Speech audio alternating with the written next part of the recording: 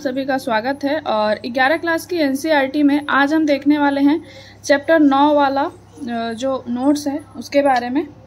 Chapter 9 का जो notes है उसका नाम है ये वाला चैप्टर, वायुमंडलीय परिसंचरण तथा मौसमी प्रणालियाँ। जो लोग नोट्स लेना चाहते हैं वो इस नंबर पे व्हाट्सएप पे मैसेज कर सकते हैं। नोट्स जो है पेड है और जो लोग नहीं लेना चाहते हैं वो यहाँ से देख के अपना नोट्स बना सकते हैं। तो इस 9वें चैप्टर में सबसे पहले वायुमंडलीय दाब के बारे में बताया गया है कि वायुमंडलीय दाब क्या होता है और कैसे इसको मापा जाता है। तो ये सारी चीजें जो है, ये सारे पॉइंट जो है ये वायुमंडलीय दाब के बारे में है।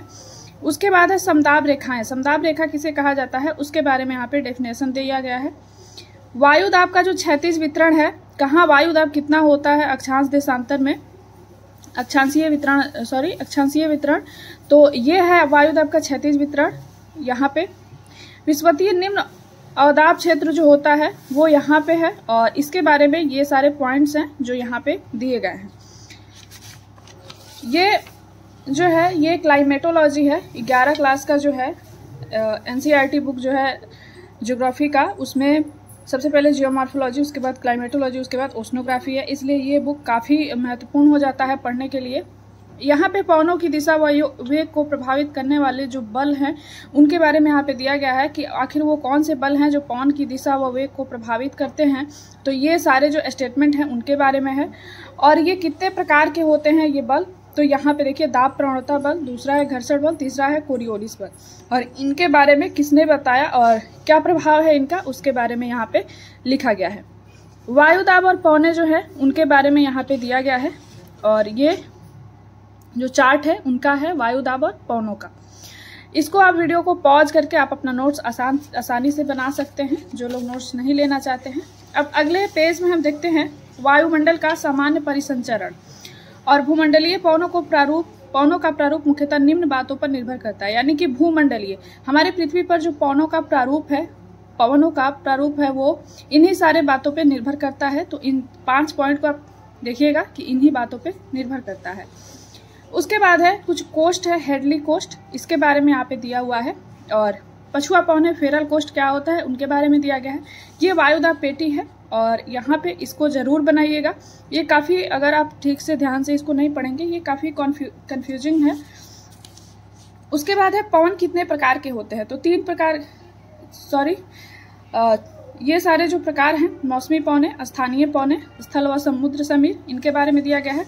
और समुद्र समीर और स्थल समीर कैसे होते हैं, किस तरीके से वो बहते हैं उनके बारे में है।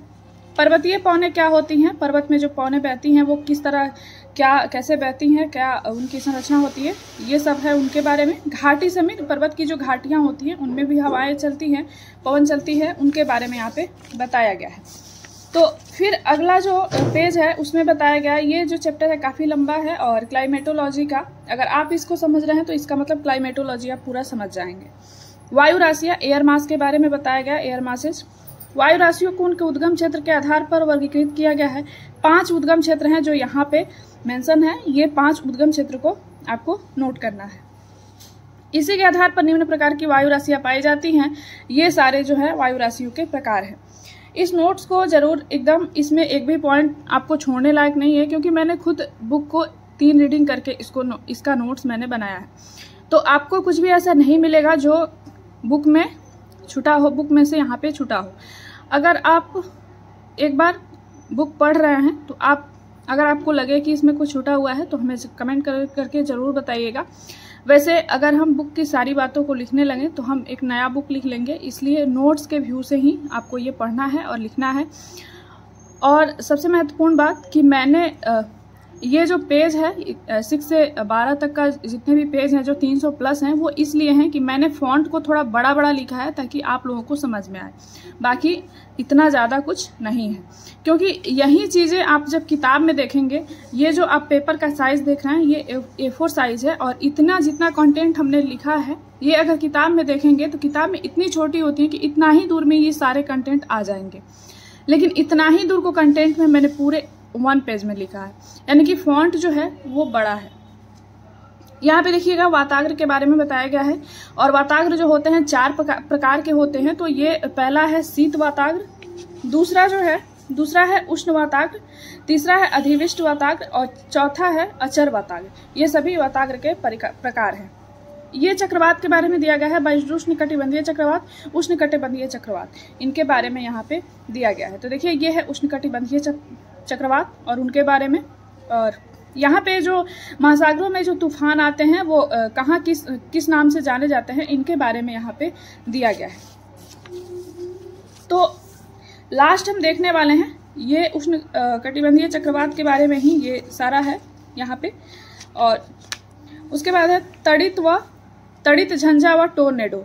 ये क्या है इसके बारे में यहाँ पे सब कुछ दिया गया है और यहाँ से आप अपने नोट्स में इसको नोट कर सकते हैं। तो 9th क्लास में बस इतना, 9th चैप्टर में 11 क्लास की बस इतना ही है।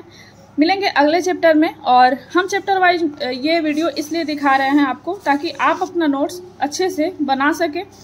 और जो लोग नोट्स नहीं लेना चाहते हैं वो अपना नोट्स जरूर बनाएंगे। धन्यवाद।